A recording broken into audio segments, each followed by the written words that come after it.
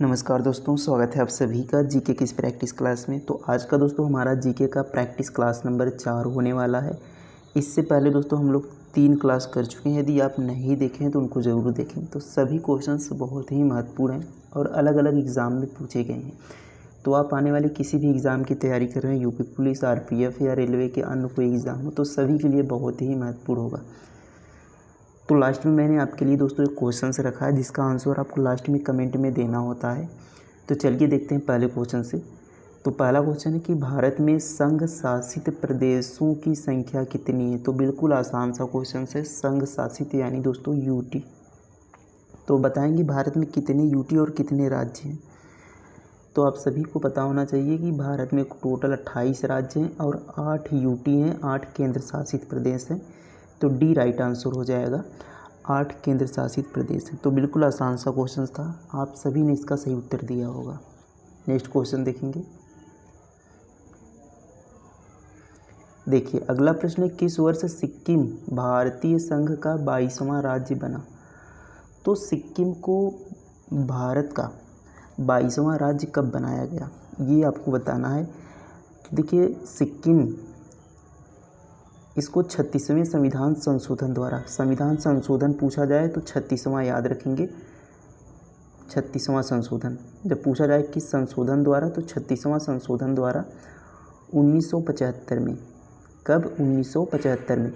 तो 36वां संशोधन 1975 में सिक्किम को भारतीय संघ का कौन सा राज्य बनाया गया, तो याद रखेंगे 22वां राज्य। तो इसमें देखिए 3 क्वेश्चंस आपसे पूछ सकता है कि कौन सा संशोधन द्वारा सिक्किम को भारतीय संघ का राज्य बनाया गया। तो 36वां संशोधन कब बनाया गया, 1975 में। और कौन सा राज्य यहाँ पर बनाया गया, तो 22वां राज्य बनाया गया। तो इन सभी को आपको ध्यान रखना है। तो कौन सा यहाँ पर सही उत्तर हो जाएगा, ऑप्शन नंबर सी 1975 में। कौन सा संशोधन था, 36वां संशोधन, 1975 में 22वां राज्य बनाया गया। नेक्स्ट क्वेश्चन देखेंगे। देखिए अगला प्रश्न है, भारतीय संविधान में नागरिकता की परिभाषा किस अनुच्छेद में दी गई है। तो जो हमारा इंडियन कॉन्स्टिट्यूशन में जो नागरिकता है यानी सिटीजनशिप, इसकी जो परिभाषा है वह किस आर्टिकल में दी गई है। तो याद रखेंगे दोस्तों, आर्टिकल 5 से 11। आर्टिकल जो 5 से 11 तक है उनमें क्या बात कही गई, उनमें नागरिकता के बारे में बताया गया है। आर्टिकल 5 से 11, तो ऑप्शन ए इसका क्या हो जाएगा, राइट आंसर हो जाएगा। 5 से 11 में क्या है, नागरिकता है।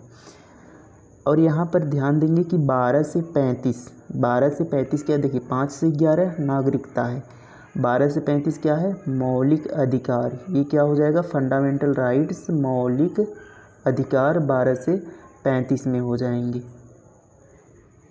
12 से 35। अब देखिए यदि भाग पूछा जाए कि नागरिकता किस भाग में है, तो याद रखेंगे नागरिकता का उल्लेख भाग 2 में है। किस भाग में है, संविधान के भाग 2 में है। तो संविधान में टोटल भाग कितने हैं, तो टोटल 22 भाग हैं, ये आपको पता होना चाहिए। संविधान में टोटल 22 भाग हैं। तो नागरिकता का उल्लेख भाग 2 में है और मौलिक अधिकार का उल्लेख भाग 3 में है। किस में है, भाग 3 में। तो इन सभी को आपको यहाँ पर ध्यान रखना है। नेक्स्ट क्वेश्चन देखेंगे। देखिए अगला प्रश्न है कि पहिए का आविष्कार किस काल में हुआ था। तो जो पहिए का आविष्कार हुआ तो वह किस काल में हुआ था। तो सबसे पहले देखिए इतिहास को यहाँ पर 3 भागों में उसको बांटा गया है, प्राग ऐतिहासिक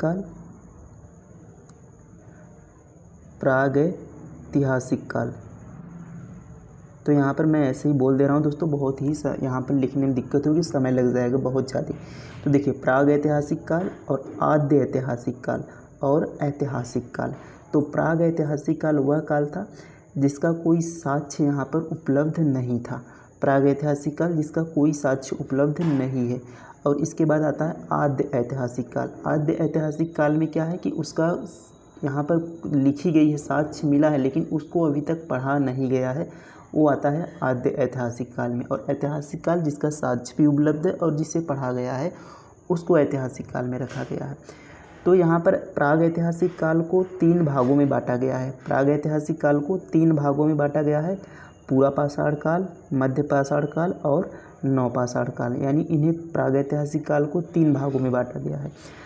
तो देखिए पूरा पाषाण जो काल है इसमें आग की खोज हुई थी। आग की खोज किस में हुई थी? पूरा पाषाण काल में। नवपाषाण काल में किसकी खोज हुई थी? तो पहिए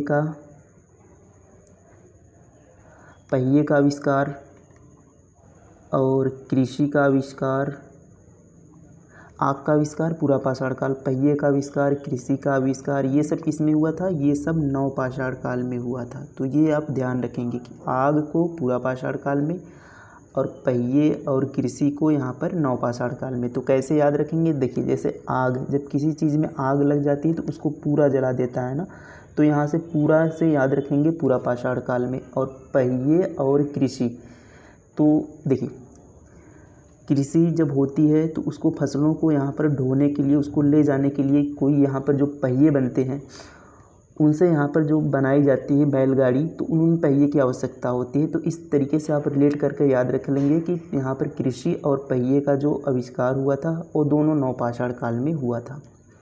नेक्स्ट क्वेश्चन देखेंगे।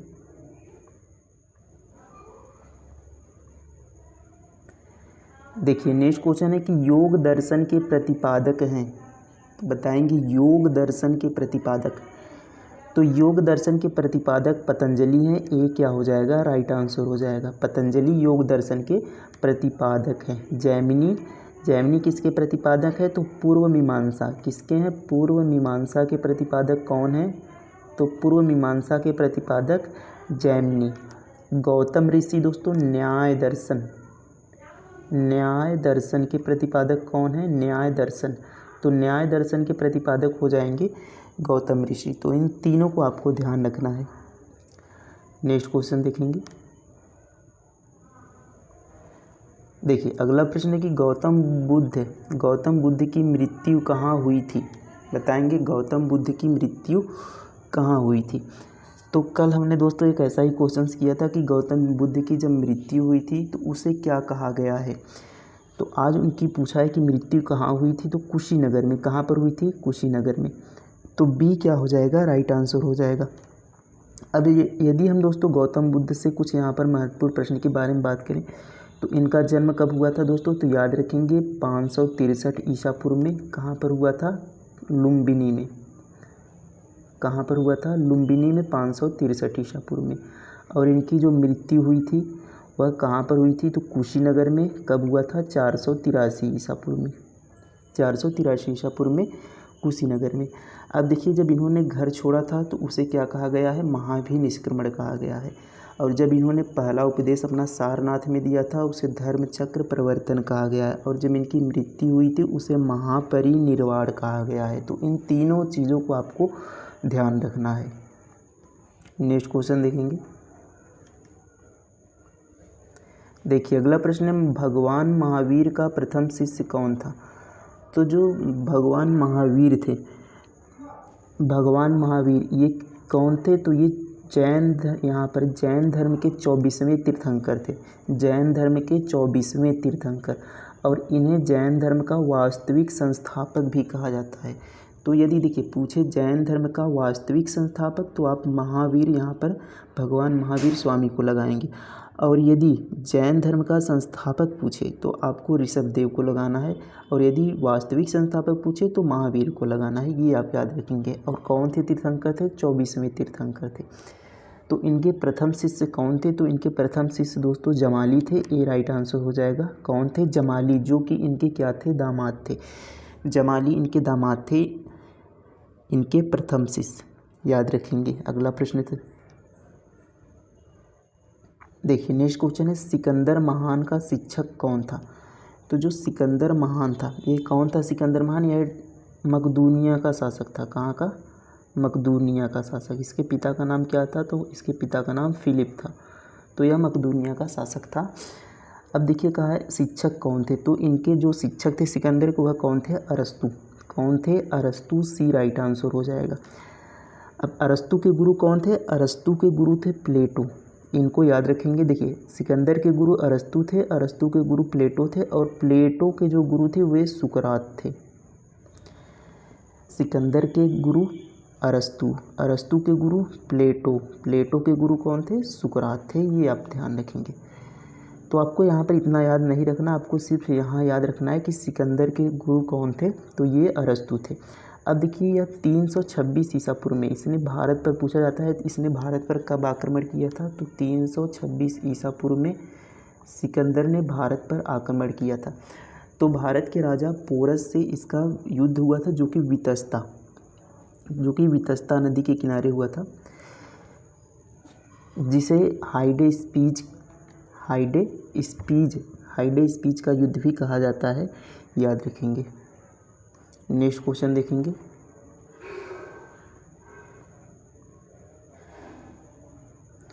नेक्स्ट क्वेश्चन कि फोर्ट विलियम कहाँ पर स्थित है, याद रखेंगे। फोर्ट विलियम कहाँ पर स्थित है, तो ये कोलकाता में है। फोर्ट विलियम कहाँ पर है? कोलकाता में। फोर्ट विलियम एक यहाँ पर दोस्तों किला भी है और एक कॉलेज भी है, तो ये कहाँ पर है? कोलकाता में। सी राइट आंसर हो जाएगा।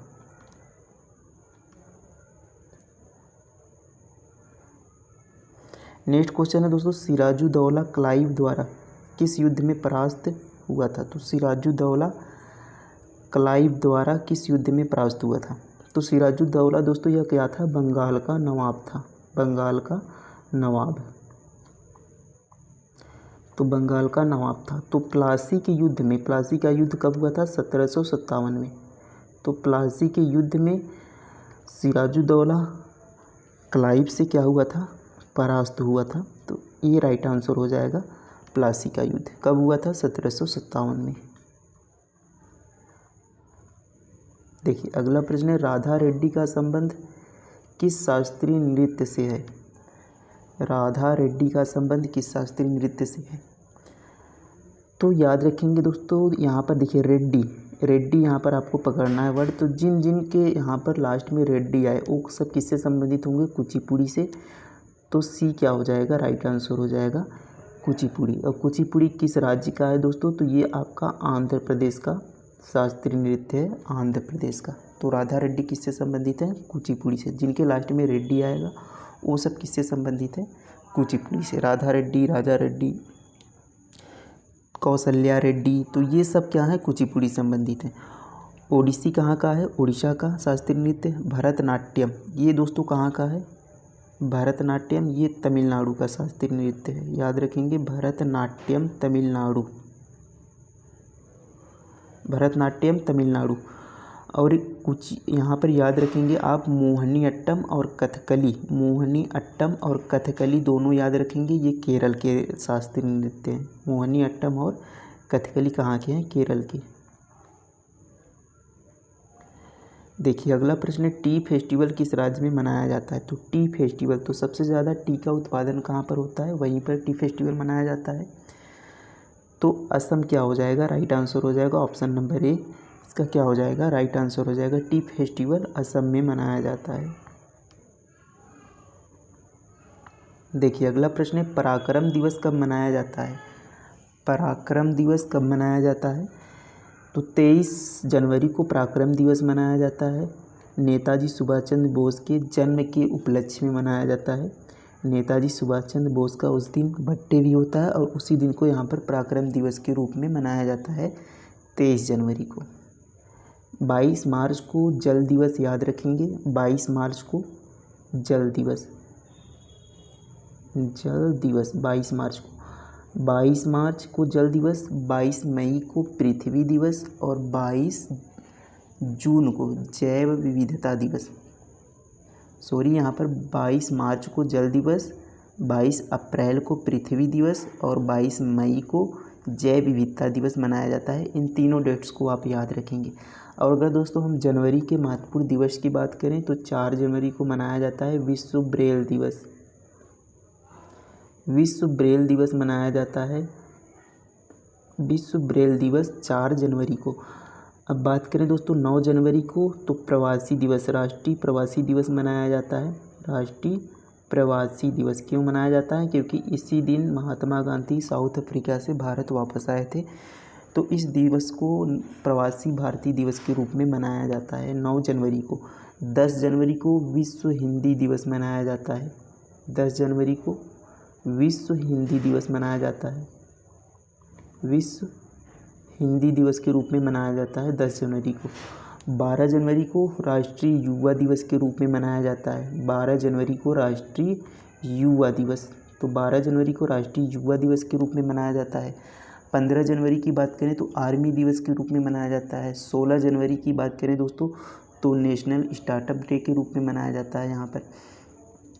और अगर यहाँ 25, यहाँ देखिए 24 यहाँ पर 23 जनवरी तो हो गया। 24 जनवरी को राष्ट्रीय बालिका दिवस के रूप में मनाया जाता है और 25 जनवरी को याद रखेंगे राष्ट्रीय मतदाता के रूप में मनाया जाता है, राष्ट्रीय मतदाता दिवस। और 16 जनवरी को क्या था, 16 जनवरी को स्टार्टअप डे के रूप में मनाया जाता है। अगला क्वेश्चन देखेंगे।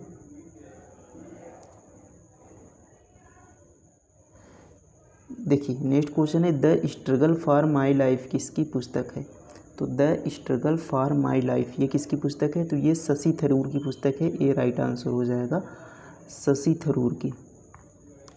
नेक्स्ट क्वेश्चन देखेंगे भूटान की मुद्रा क्या है, बताएंगे भूटान की मुद्रा।